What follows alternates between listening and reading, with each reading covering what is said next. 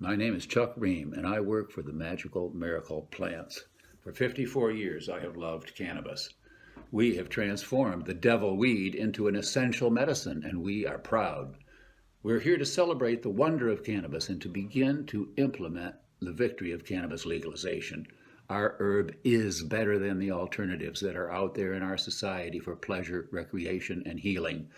When COVID is over, let's come out with strength and pride and integrate our herb into every corner of American culture, and our culture will be improved. I need to be able to stop by my local smoking lounge and enjoy cannabis with my friends. Now, I must take time to attack the foolish concept of cannabis and psychedelic exceptionalism, which is pervaded in Professor Carl Hart's book, Drug Use for Grown-Ups. When we began the cannabis struggle in the 1960s, we knew that our greatest enemies were the lumpers, people who lumped all drugs together and said they were bad. We knew that every drug had to be regulated according to its long-term effect on our society. Professor Hart has turned wisdom on its head and said all drugs are good, you just have to be mature. And if you think some drugs are better than others, you are elitist, probably racist, guilty of psychedelic exceptionalism, and you are harming the all-drug movement. Most of what he says in the book is true. We should have freedom. People with perfect maturity can use any drugs. All drugs should be pure and legal in some form, and we must fight racism.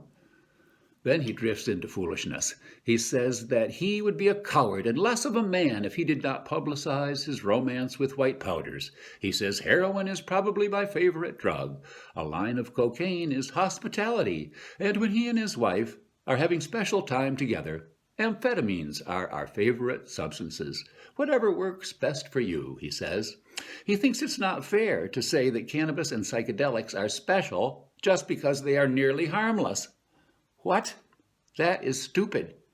How many people will end up addicted because of this? He will not seriously discuss the dangers of white powders. I have lost members of my family to bad drugs. Has he? Since only 10 to 30% of the people are harmed, he says we should focus on the joys of white powders. If you play Russian roulette with a 6-shooter, you only have a 16% chance of blowing your brains out. Does that make it a good idea?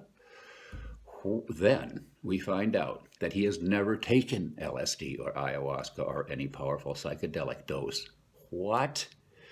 We know that any drug can be spectacular for a while, but we look at the long term and we know where white powders lead.